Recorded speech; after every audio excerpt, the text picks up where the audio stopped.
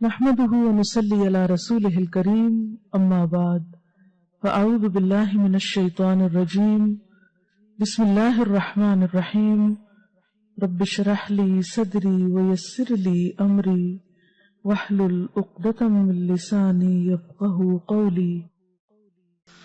اور حضرت صوبان سے مروی ہے رسول اللہ صلی اللہ علیہ وسلم نے فرمایا قدر اور قضا کو کوئی چیز رد نہیں کر سکتی سوائے دعا کے، یعنی تقدیر، دعا سے تقدیر کا علاج بھی ہو جاتا ہے۔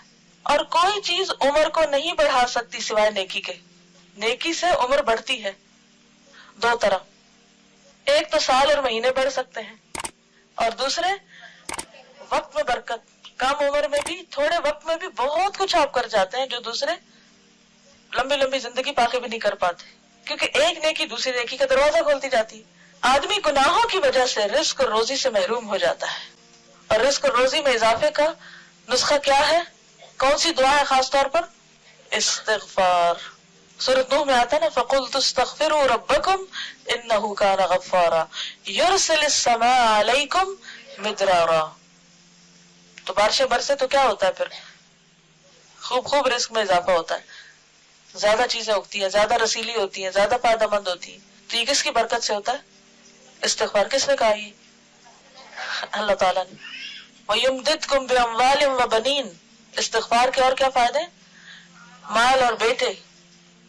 وَيَجْعَلْ لَكُمْ أَنْهَارًا، نہریں اور دریا بہنے لگتے ہیں۔ آسمان کی بارش آتی ہے اور اس کے بعد زمین پر پانی کی فراوانی ہو جاتی، اور اگر بارش نہ بھی آئے تو زمین پر بھی پانی ہوتا ہے، یعنی رزق میں کمی نہیں آتی پھر۔